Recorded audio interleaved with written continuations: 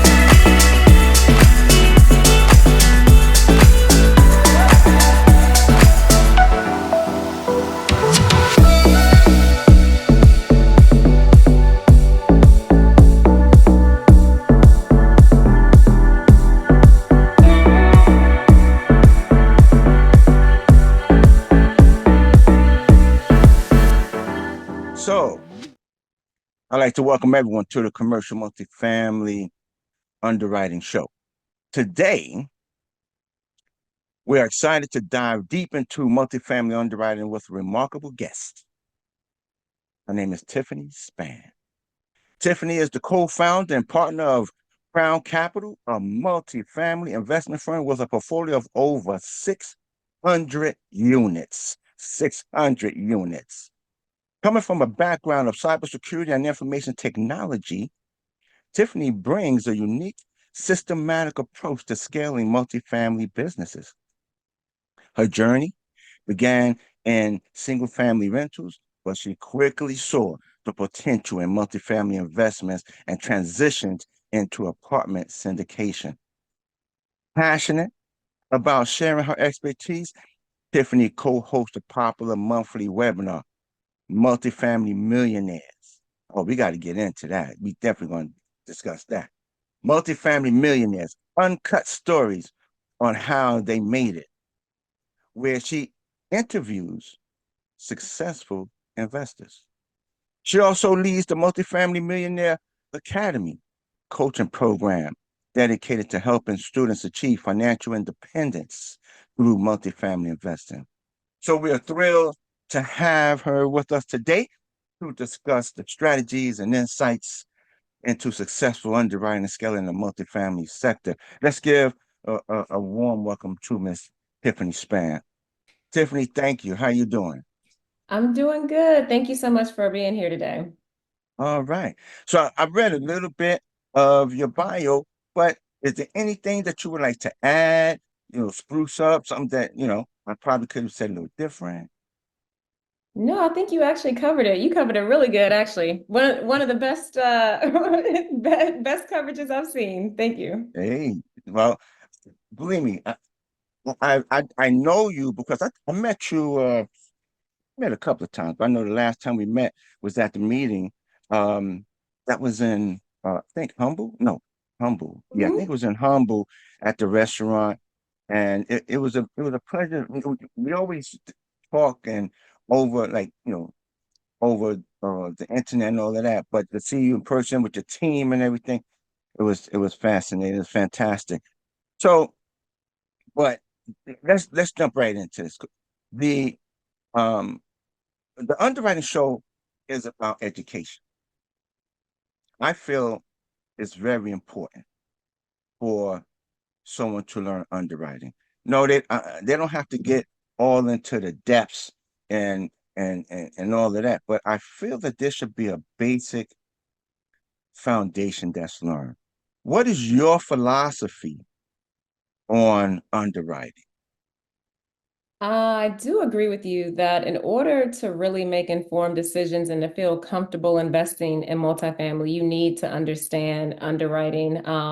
You may not need to get into all the nitty-gritty details, but to understand, net operating income, understand the cap rates, understand how multifamily is valuated, is very important. Right. How long have you been into? I know you started out on the residential side, rental side, and you came over. But how long has it been since you've been in the commercial So multifamily I've been in space? the commercial space since 2021. So it's been 3 years now. That's End of fantastic. 2020 into 2021 is when I started. So actually going on 4 years and this month, actually, November. Yep. Time is flying. Yeah, yeah, it is. It is. And you have properties where? I have a small portfolio here in Maryland and Baltimore, and then I have properties in Lubbock, Texas, Houston, Texas, and Louisville, Kentucky. Okay, cool, cool. So let me ask you a question. Let's look at Maryland versus Texas, right? When What is it that you look for to pick a market? What is it that you want to see? To say, hey, some we're gonna start looking for properties in this market right here. Good question. So, number one, I look for a growing population. Number two, I look at the median household income. I also look at taxes and insurance. One thing, my partners and I are actually starting to look in Alabama and Tennessee now, just because of the insurance prices in Texas are really starting to jump after all of the natural disasters over the past couple of years. I also look at affordability. Maryland compared to Texas, Texas is way more affordable than Maryland. So affordability is really key. And I also look at landlord friendly states. Maryland is not as landlord friendly. I started my portfolio here in Maryland way before I looked into some of those key indicators. So if I could do it all over again, I probably would have started in Texas or Alabama or Tennessee, somewhere that's a bit more landlord friendly. So now, are your properties you have 100 units plus or 50 units and less or Yeah, so here I have just smaller multifamilies in Louisville and Houston and Lubbock. Those are 50 units or 100 units plus. oh. Now you have mentioned you say you look for population growth, median household income. Excuse me, median household income. I'm assuming job growth and everything there. But do you have can you tell someone that's new, that's just getting into this, what kind of metrics you look for and say population growth? Say, like I have I have a real estate market analysis firm that I go by, right? And it's a three tier. When it comes to population, it's a three tier. So I think we start with like 7% growth, depending on how big that population is. Then it jumps down. Then it jumps down or jumps up. But do you have a particular metric, a particular number that you're trying to hit in order to say, yeah, this is going to be a good city? Definitely. So I look for populations of at least 100,000 or more. And then I also look at the historical growth. I'm looking for markets that are growing between 2 to 3% per year, year over year. So I'm going to look back over 5 to 10 years. And then I also start to look forward by looking at what's going on in the economy. Has there been a lot of movement to that area? So those are the metrics that I look for when it comes to the population. Have the has the economic market forced you to change any of the way that you underwrite? Yes, absolutely. So a few things have changed. Of course, with lending, lending has changed drastically over the past couple years. So Yeah.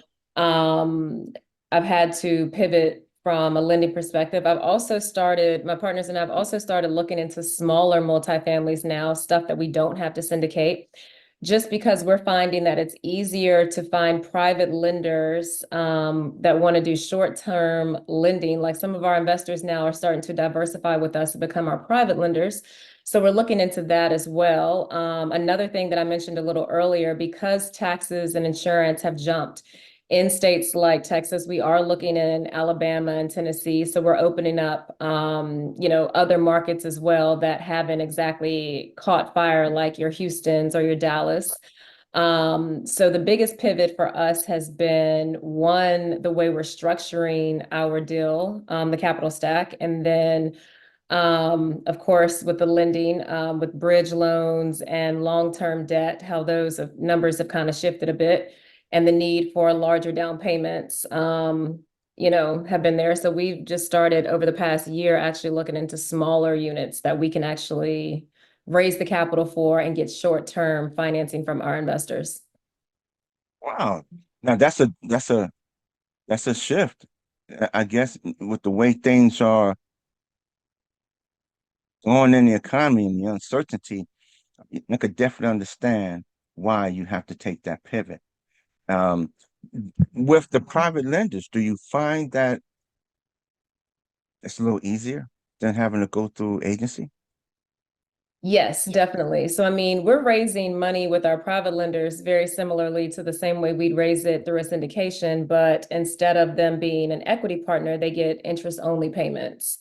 And we only are having partners for anywhere from like 12 to 24 months. So once we refinance, we are actually, providing them with their initial investment back. And I mean, they Mhm. have interest only payments as well. But we're finding that investors feel more comfortable with something that's a bit more short term, something that is smaller, because raising capital over, I would say, the past 6 to 9 months has been a bit harder on the syndication side. Let me come back to the basics a little bit because it's very important for new investors to understand also what's needed, right, to underwrite a deal. Um, explain to the listeners what is needed to underwrite property. Definitely.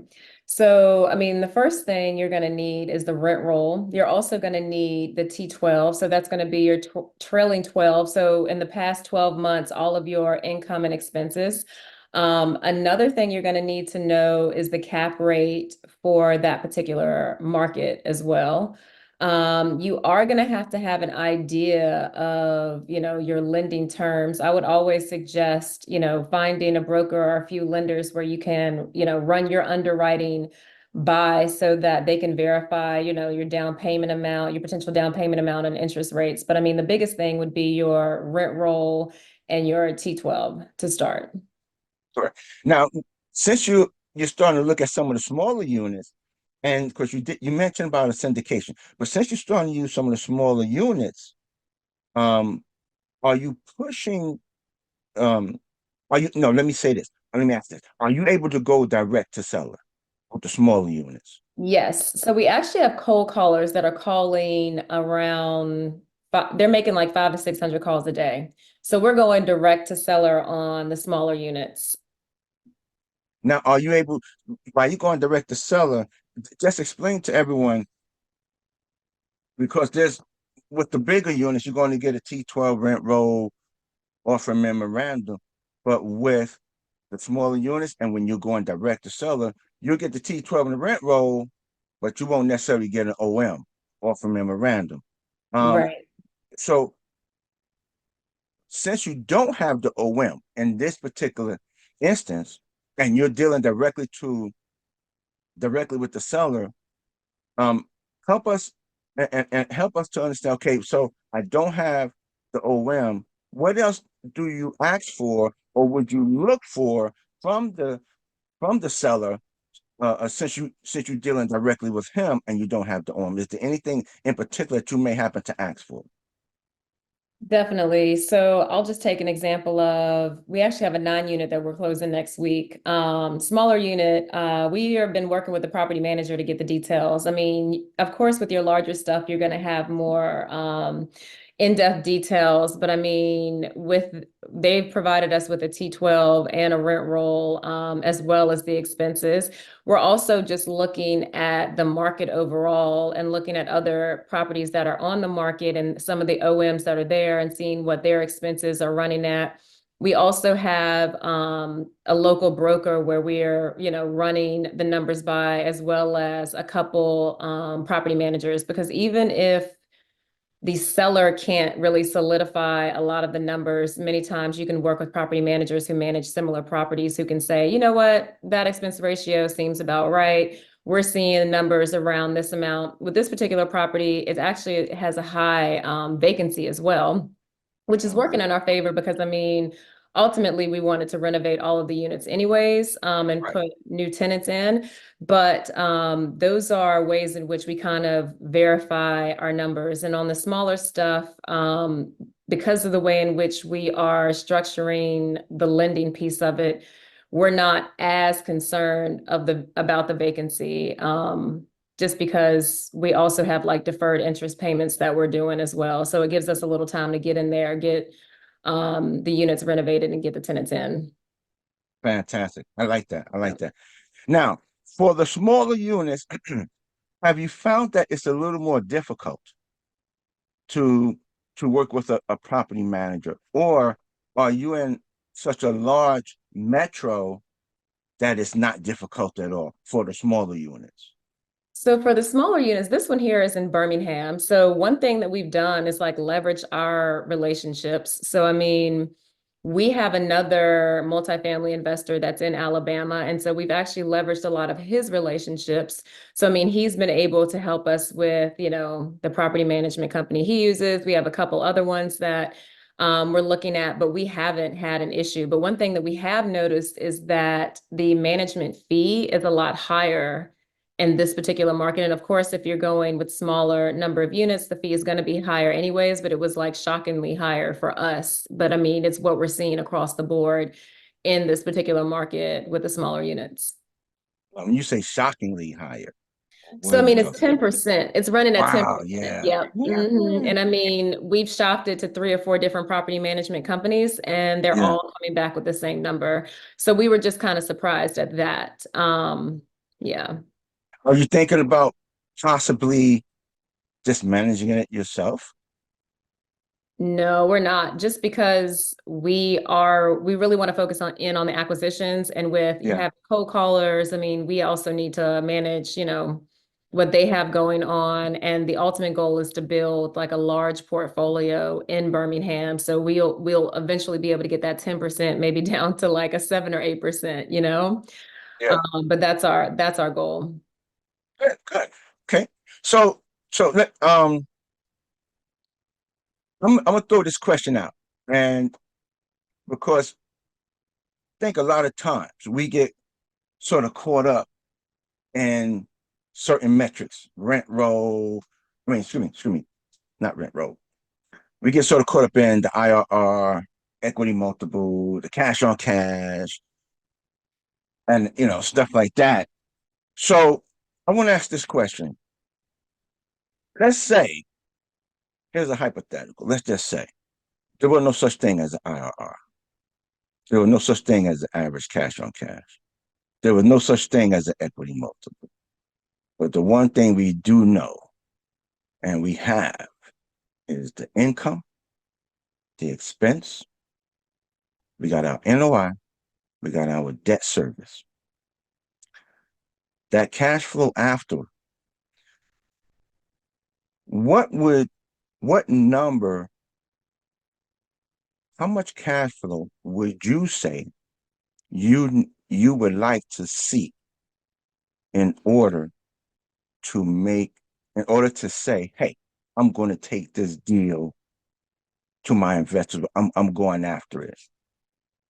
Mm, good question.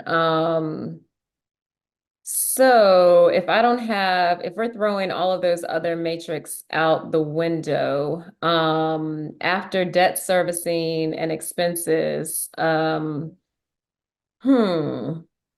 I feel like it's not as clear cut, when looking at that, but I'll just say a lot of people look at like the 1% rule, which the 1% rule for me just doesn't cut it. I mean, I'm looking for more of like a 2% rule, especially with all of the expenses. But when it comes to what amount of cash flow, um, yeah, I'm gonna be honest with you, Daryl. I'm looking at equity multiple a lot of times with my investors because I know that's really important to them, and their cash on cash return. However, the way that we're, structuring the deals now, we're able to pay them 10% interest only and a couple points. So for them, I mean, that is meeting the threshold of what it takes for them to lend with us. So, and we're able to still cash flow because we are buying the property for a quarter to a third of the, after repair value. Gotcha, gotcha, gotcha. So okay, so let's jump back into the IRR, the equity multiple, the average cash on cash. What do you look for? And this is this question is something, I think a lot of the new investors, they may not be, they probably hear so many different things, right? So, Mm-hmm. um, what do you look for in the IRR, equity multiple, cash on cash? What do you look for? Definitely. So for the equity multiple, I mean, ideally, I'm trying to 2x my investors' capital. So, I mean, I'm always looking for at least like a 1.85 equity multiple within 5 years. And then when it comes to the internal rate of return, I normally am looking for something 17% or higher for the internal rate of return. For cash on cash, that can be a little tricky because as you know, many times when you first start out, your cash on cash is going to be a little lower in the beginning. So I mean, in the beginning, it could start off with like a 5% cash on cash return and then maybe jump to 8%. But many times that cash on cash gets deferred just because sometimes it's hard to meet those thresholds when it comes to the cash on cash return. But for cash on cash overall average, I would say anywhere from 6 to 8%. Gotcha, gotcha, gotcha. All right, so that's okay, and that's running really about, I would say, about average that I would say majority of investors are trying to achieve. And because that's about the same thing as me. I think mine's just my IRR is at 18 or something like that. But yeah. Yeah. Now does that fluctuate according to the age of the building for you? Oh yeah, I mean it fluctuates. I used to say 18 for IRR, but Right. just lately in underwriting it's coming in, around a 17. And if it's hitting the other metrics and it's a nice, property, then we're not gonna not move forward on submitting an LOI. But yeah, it does depend on the age of the property sometimes as well. Cool. Let's jump back to the neighborhood for a minute. And let's educate investors on what is it that you look for in a neighborhood. And that, you got the property, you underwriting the property, you did your research on it, but what will make you from looking into the neighborhood, what will make you turn away from taking the property? What would make me turn away? If I'm seeing a lot of deferred maintenance, it will make me turn away. If I can see it, outright, because I mean, if this is stuff that I can see, imagine what I can't see. That's one thing. I also will look at the crime rate as well. Like if there's a lot of people hanging out, sometimes I'll Google Earth and I'm like, it's a whole lot of activity in this particular area. I'll also just look on, some of the crime rate websites as well. Those are like the two biggest things that will turn me away. Of course, the location, because I mean, the location is the one thing that cannot be, changed as well. So, if it has like a really poor location, like sometimes I found, things to be in like an industrial area where why would someone, sorry. That's okay.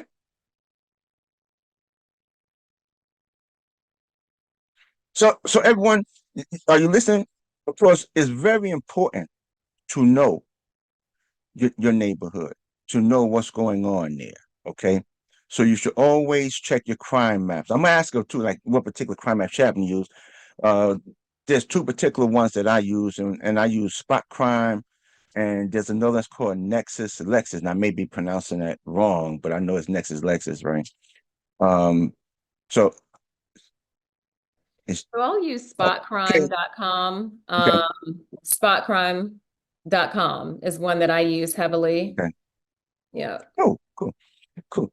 Do you sometimes um visit the station and talk to the police there or talk to the police in the community?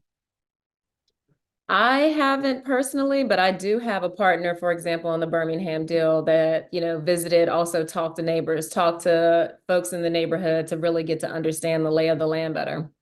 Yeah. I Mhm. remember when I was first getting into this, and there was a property in Baltimore that I was looking at. With nice property. I think it was 100 some units. So, and it wasn't too far from where they had that riot that time in Baltimore. But I would, the one thing we didn't see, and some of y'all gonna probably say what, but I'm gonna explain. The one thing we didn't see were police. We didn't see police. So I was wondering why in the world I don't see police around here. So then I looked up and I could see why there was no police. Man, they had cameras everywhere. And if something went down, I guarantee you those police were there within a matter of minutes. So my wife and I, we drove around and uh we found the police car. It had a local, I think it was like a substation. But we talked to the police officer and he was really enlightening us, telling us what we should do, try to get with the city and let them also tap and for us to install cameras and let them also tap into the cameras. So so it was pretty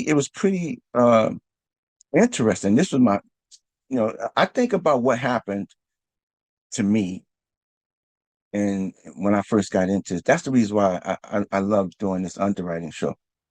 I made mistakes. And Tiffany, I made a lot of mistakes. You know, um, I remember, I think, no, I can't say, yeah, that was my very first property. It was in Tulsa, Oklahoma. I didn't wait for, um, I was going by everything that the agent was telling me. So yeah, they sent me some things like the rent roll teacher, but I wasn't patient. I didn't sit back and wait. I jumped on the plane, went out to Tulsa, going through the walking on the property, but I learned a lot. For for someone new, what would you tell them? What advice would you give them? Who's they just getting into this? They just finished boot camp with whoever it was with, and now they're ready. They're excited. What would you tell them? You're muted. Sorry about that. I would say number one Okay. is to network and get around people that are doing it, because you could learn from other people's mistakes. I mean, we've both made mistakes in this game, so I just feel like you should learn from others, from the get-go. And I mean, feel free to partner with people as well that have done these deals to at least, help to walk you through your first deal. I would also say to build a local team if it's not a local market. I mean, you need people that are going to be working for you and on your side because, as you mentioned, like what the brokers put in the OM, that's nothing but marketing and sales. So, I mean, they're trying to get you, that's bait to get you in. And then, if you're looking at everything that they have, sometimes the rents are really off. Or if you look at some of the comps, you're like, how is this a comp? Like, this is a C property, but you're giving me comps for an A property. So, I mean, I would say definitely to build that local team and verify everything. For example, on this 9 unit, we got a 100 page PDF for, the due diligence documents. So, I mean, having someone actually go through and put that stuff into a spreadsheet so you can easily, see what you're looking at and be able to see where the anomalies are. I would say just to definitely do your due diligence. And when it comes to submitting an LOI, make sure you have enough time for due diligence as well. Enough time for you to be able to look through the paperwork. If you're going to go there on site, for you to go there on site. It's definitely a marathon and not a race. Gotcha. Gotcha. Do you ever um how do you handle when you have a seller and a broker and they pushing you like, you know, they're pushing like you gotta hurry up, hurry up, hurry up, hurry up, hurry up. How do you handle that? So I mean, one thing that we'll do, I mean, it's three of us as a team. So I mean, we also kind of can defer things to each other Mhm. sometimes.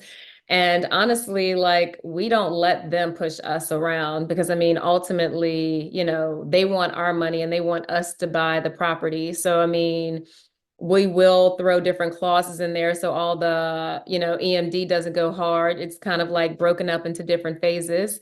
And we like to turn things around in a timely manner, but we don't want to be rushed. And so Right. we have like different checklists and people that are handling different things at the same time because I mean it's a marathon and not a race, but once you do go under contract, it's a lot of things that need to get started at the same, at one time, you know what I mean?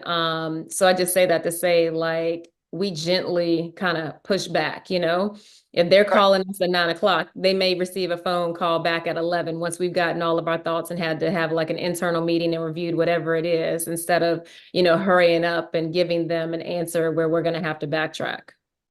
Right.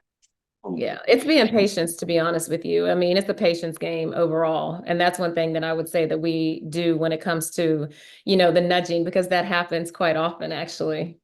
Oh yeah, for Yeah, sure. For sure. Um, Underwriting is very important for you to know. Without knowing the valuation or how to value property, you can never get no money. If you can't explain your underwriting, you can't explain how to get that capital. I have a coaching program and we talk about underwriting. I teach underwriting, the importance of underwriting, why you need to know underwriting, what's involved with underwriting. If you want to learn more about underwriting, join my coaching program. My information will be below. I want to now. I have a sample of a rent roll in the T12. This is not something. This is not an actual deal, everyone. And Tiffany, this is just an example. I just want new investors, people that may not be familiar with the T12 and the rent roll. I just want them to see what one look like. So I just want to ask a couple of questions. So here's a rent roll. Everyone, this is a sample rent roll. Again, it's a sample rent roll, all right? But and the reason why I'm putting it up because just some of my questions will be based on the rent roll. It's not this rent roll, everyone. It's not this rent roll. It's just based around a rent roll. So, but Tiffany, when you're looking at a rent roll, what are some of the things that you look for on your rent roll? definitely. So one thing that I look for are the move in and the lease dates. For Mhm. example, when we're coming in, it helps us to understand our business plan. For example, how many units are we going to be able to turn within the next year, within the next, the first 6 months? So I'm looking at the lease end date. I'm also looking at how long people have been there.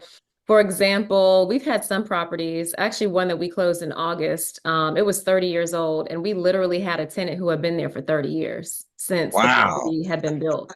So, I mean, we're looking at that too, because those people, some people in this particular property, they've actually been keeping up with the market rent and actually paying as the bumps have come over the years. But in some properties, it still ran like a mom and pop. So it'll be like at a very low rent amount.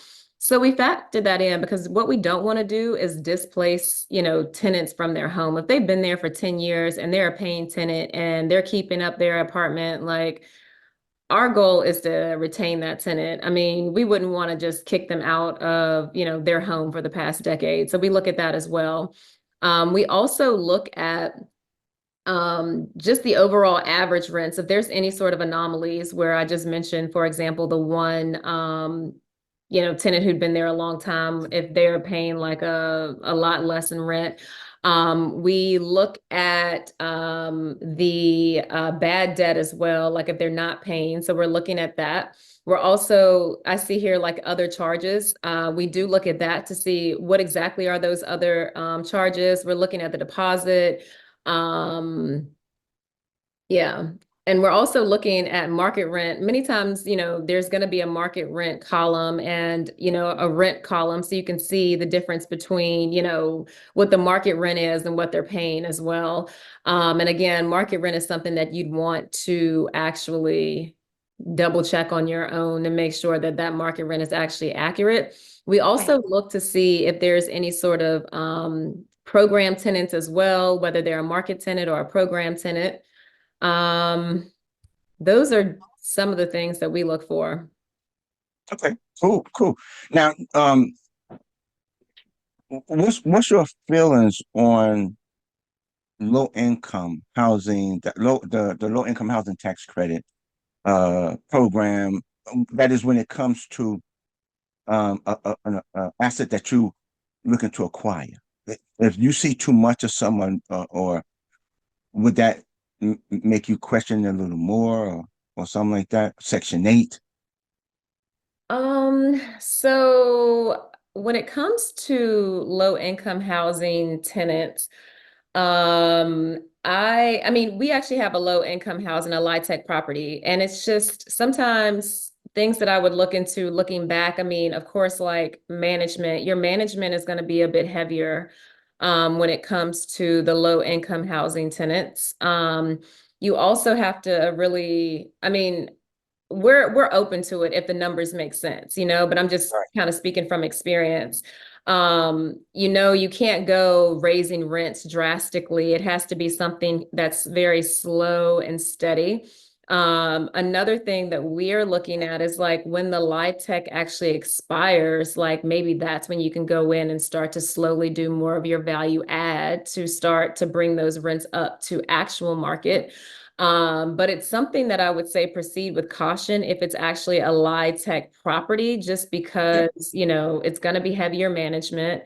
And again, you can't go raising the rents, drastically. It has to be very slow and steady.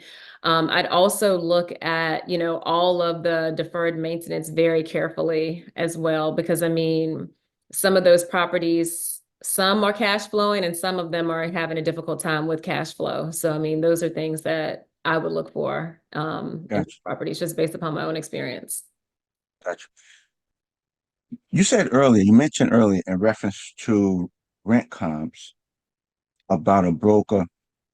You acquiring, let's just say, for example, you're acquiring a C-class property, you're looking at OWAM, but you see a 2022 rent comp, right?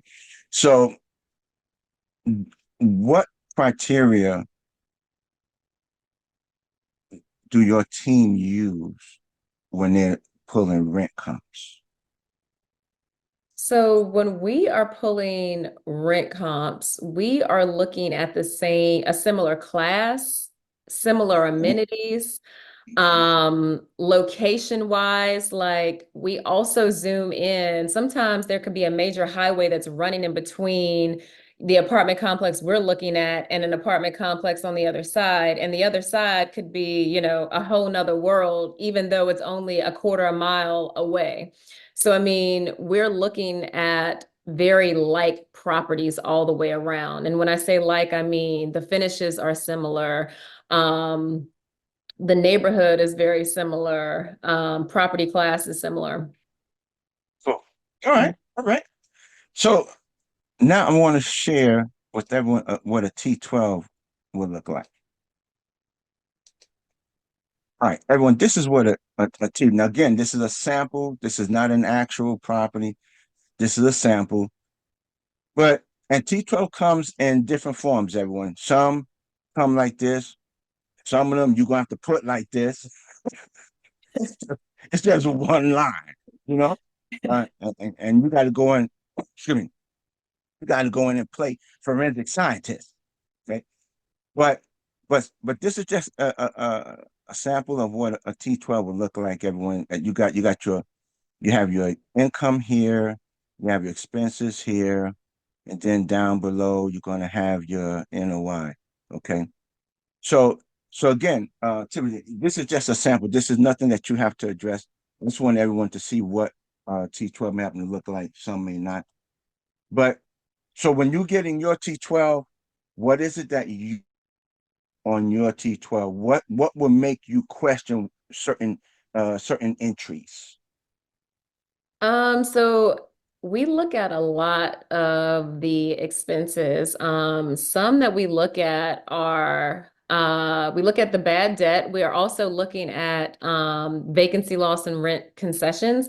We look at also like other type of incomes just to see like, for example, you'll notice sometimes in OMs, they'll count late fees as other income, but we don't like to count late fees as income because I mean, our ideal tenant isn't paying late every single month. So we look at that. We also look at the utility cost as well, just to make sure, are they billing back? Are the tenants taking care of the utilities?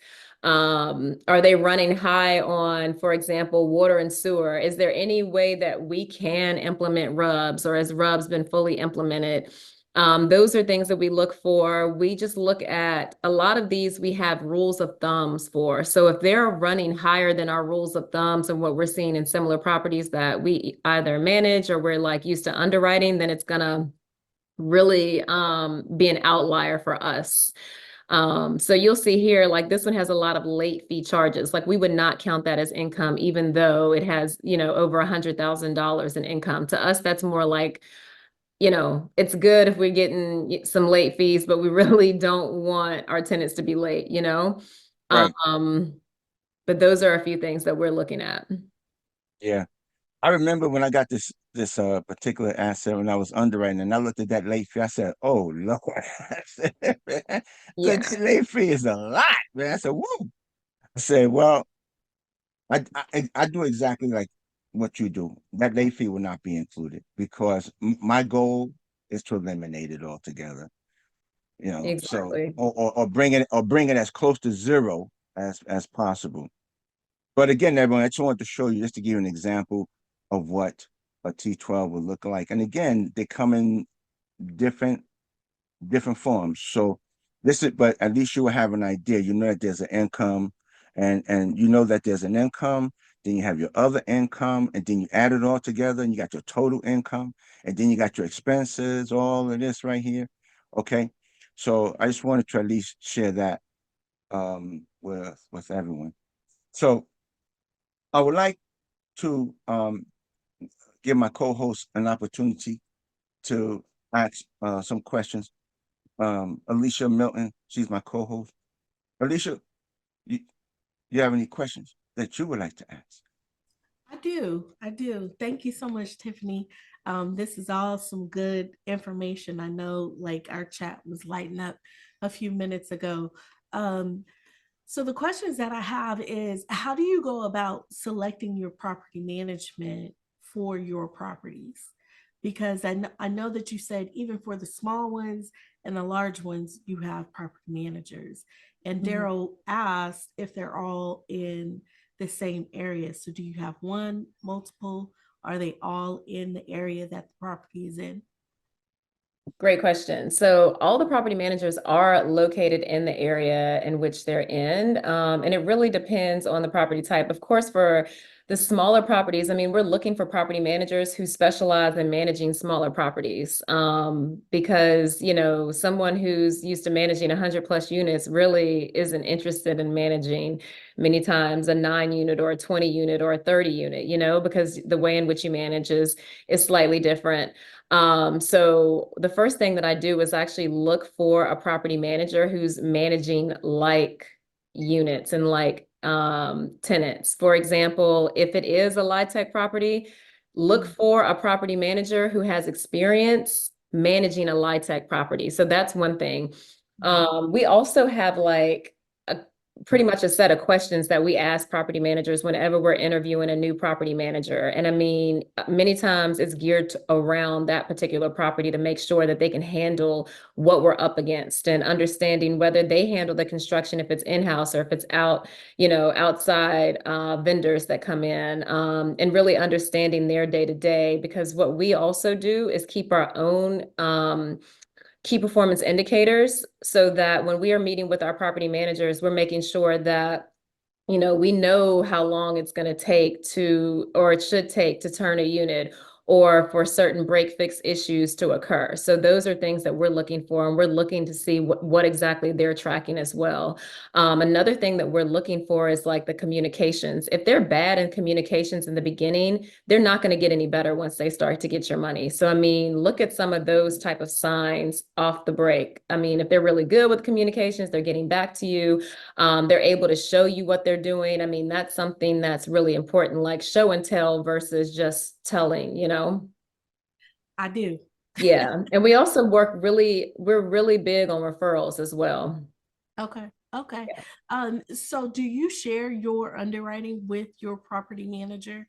Um, yeah, you Yes. have So them. we do that. We do that when we're during due diligence. I mean, even before we get there, we're already sharing. So they're looking at the numbers and saying, you know what, we probably can bring this expense down a little lower. So we're giving them the full gambit so they can see the whole picture and understand where we want to go with this particular property.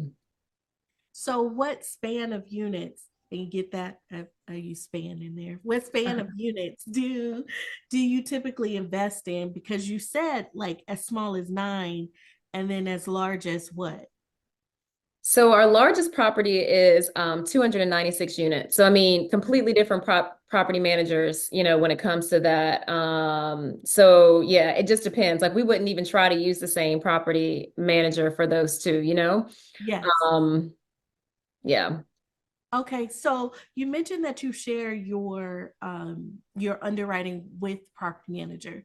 So if you can share again, like why, what details are you looking for feedback from them? Great question. So first off, we want them to verify our pro forma rents. So if we think we're going to hit a certain number, we're just asking them, like, is this what you're seeing? Do you believe you can help us to achieve this rent? That's one thing that's key. We're also looking at the expenses as well, because I mean, there's certain areas that, expenses sometimes can be cut. So, I mean, we'll have them review the expenses and say, if they can validate some of the things that we're seeing as well. So, I mean, those are the two major areas that we ask for validation from the property manager from. So I know that so Daryl talks about looking at two markets, right? Mhm. So if one market is doing uh poorly during the season, you can always invest in another market. And I noticed you talked about Maryland and in Texas. Mhm. But then you also mentioned some other markets. So what markets do you invest in, or is it just a numbers thing that you focus on? So I don't invest in Maryland anymore. My Maryland stuff is pretty much like properties that I've had for years. So I don't plan on really investing in Maryland unless there's like some sort of anomaly that crops up. So our primary market is Houston. We're also looking in Dallas as well.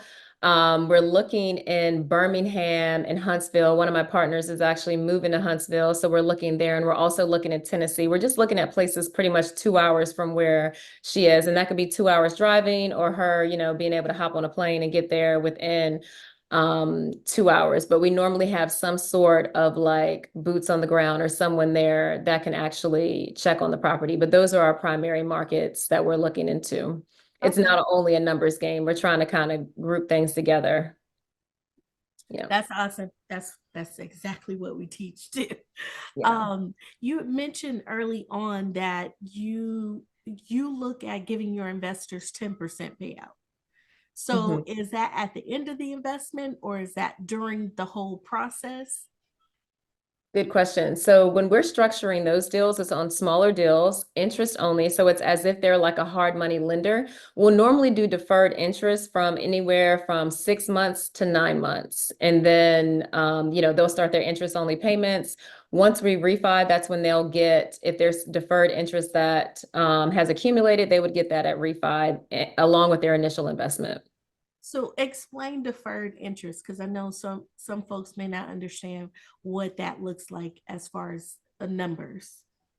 Definitely. So let's just say you invested $100,000 at 10% interest. This is a very like very, very simple the way in which we're doing this. So $100,000 at 10% interest for the year would be $10,000. In the event, we are only able to pay in interest payments $5,000 for that year until we refi, then the additional $5,000 would get paid once we refi the property. So that would be the deferred interest that is backed up. So in the example of the $100,000 at 10%, let's just say interest payments started in month 6. I mean, they'd only get, if we refied in month 12, $5,000, and that's when they would get their deferred interest payment of $5,000.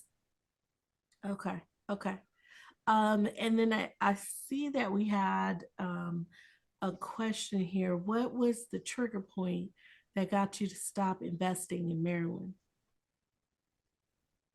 So I was actually investing in Bowie, Maryland, and there was a few trigger points, but I guess it was single family investing is what really made me stop, and also understanding the economy. Daryl, I was in Baltimore investing, so I mean the economy there is a bit different. The tenant base is a bit different, so really like understanding what I was up against, and the numbers just weren't making any sense.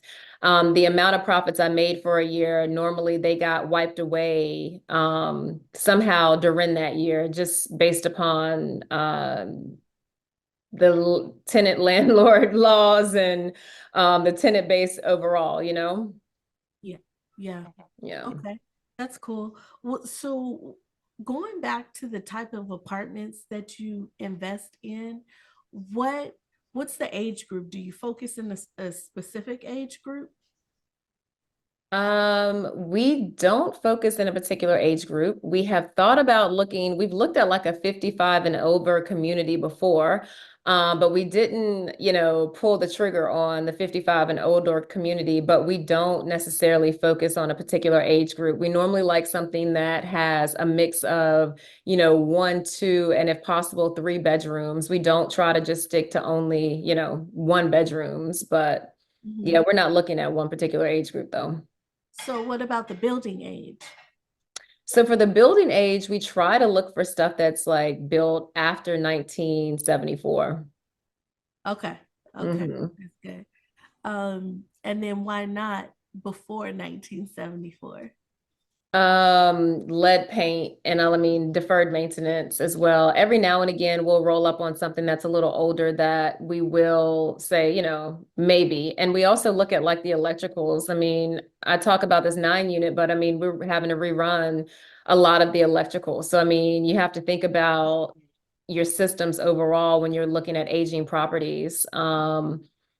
So, I mean, that's something that we look at least if we can just go in and do more of like the minimal stuff instead of having to go in and do the electrical, or if there's plumbing issues and there's galvanized piping and all of that stuff. Like it's easier for us to keep it moving versus having to spend a whole lot of time on this one particular project. I mean, only if the numbers make sense. And in this case, the numbers do make sense. So, I mean, we are moving forward with it, but typically, no, we don't want to have to deal with all of the heavy lifting like that. Yeah. And then why do you defer the interest only payments? That's a question that one of our listeners put in. Great question. So many times it's deferred to allow us to start to execute our business plan and get to a stabilization point. So, I mean, I use this 9 unit as an example, but I mean, also in like larger properties, sometimes when you're running at a vacancy of, 10% or more, many times you're trying to get your vacancy or your occupancy to at least 90+% before you can start making payments. Because I mean, it's important to keep reserves for the property and really be ready to make distributions and not make them prematurely. Because what can happen is, I mean, your reserves start to dip down, and I mean, yes, you want to pay your investors, but at the same time, you want to be financially like responsible about the property overall, making sure you have CapEx reserves, making sure you have, enough reserves for your debt and expenses as well. So that's why you really want the property to be stabilized before making those distributions, and that's why. So do you have like a set percentage of reserves that you look for? So we normally look at the property being at least stable at 90% occupied or above. Like we had our 296 unit was kind of teetering at 88% for a while. And I mean, we waited to make the distributions until we got stable at, I know only 2% sounds really small, but when it comes to larger properties, even 2% can make a huge difference. So once we get stable around 90%, we find that that's kind of been our sweet spot where we can start to make consistent distributions. Because another thing that we don't like to do is to start distributions and then stop. Right, right. And how often do you pay out your distributions? Is it quarterly, monthly? How often do you Monthly. monthly? So it's Mhm. consistently monthly once you start paying them out for any type of asset you have. Yes. Okay, okay. That's awesome. Well, I am done with my questions, Daryl. Thank you All so right. much, Tiffany. That was awesome. Oh, thank you. No problem. So I just want everyone to know, those that are listening, Tiffany gave out a lot of information. And if you're new to underwriting, the steps, if you got to go back and replay this, I would advise you to do so. Because I was taking some notes as she was explaining market rents. If you did you catch what she said about the market rents? She said she said about a major highway, the buildings on one side, buildings on the other side. She said the rents over that side, I do believe she said wasn't compatible with this side. Did you catch that? She also mentioned she sends her underwrite to a property manager.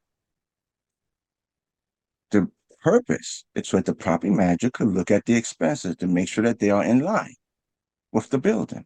Did you catch that?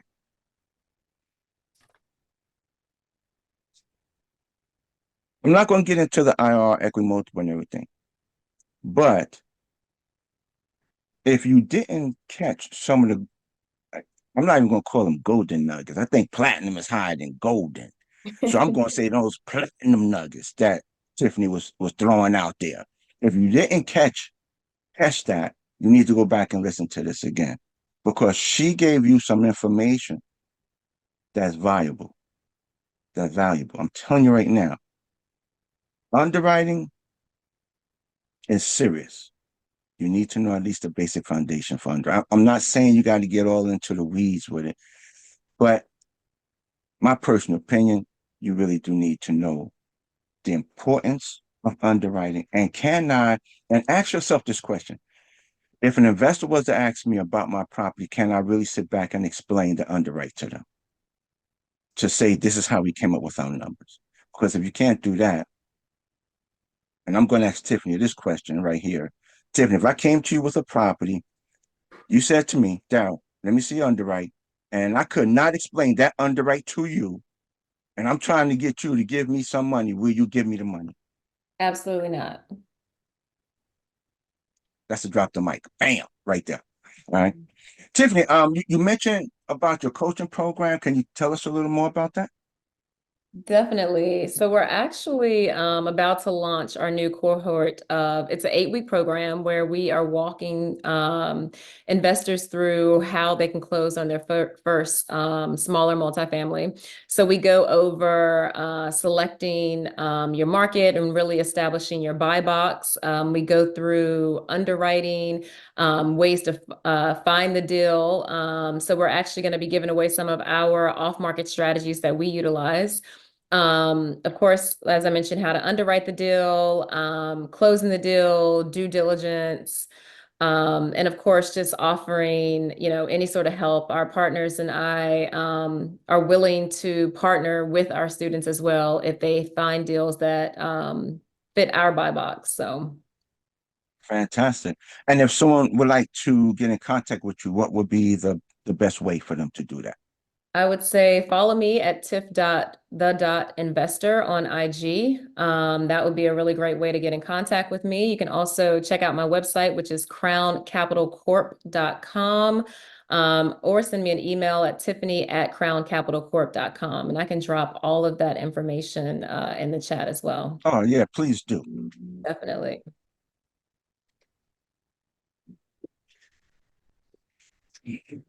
Well, everyone, I tell you right now, and I'm going to say to Tiffany, thank you so much for sharing your knowledge with us. Thank you for coming and to be a guest on our underwriting show. Like I said, our mission here is really to educate investors, new investors, and even give a different perspective on ways to underwriting for those that've been underwriting for a long time. Listen, I've been underwriting for a long time. I'm always looking at ways of improving and stuff like that. So I'll tell anyone, listen, try to at least learn the basics. Tiffany, I want to thank you for coming. You dropped so much information that I really hope people took note to what you were saying. All right. So um, I would like to have you back again later on, and let's see if we could really go, update, like, and to bring you back down the line. So I hope you'll come back again, and thank you. Absolutely. It's been great being on today. I really do appreciate it. And just talking underwriting and talking about, how to get started. Multifamily is the way to go. So if you haven't invested yet in multifamily, I encourage you to stay around, the GOB network with Daryl and around people that are really doing it, because I mean, that's the only way that you'll be able to close your first deal and, really become a multifamily investor as well. Thank you. Thank you very much, Tiffany. Thank you for coming. I want to thank everyone for coming to the Commercial Multifamily Underwriting Show. And we'll say one back here on, let's see, I think it's what, the 26th. The 26th, we'll have another guest that will also be discussing underwriting. Thank you very much. See you all later. Thank you, Tiffany. Bye. Thank you.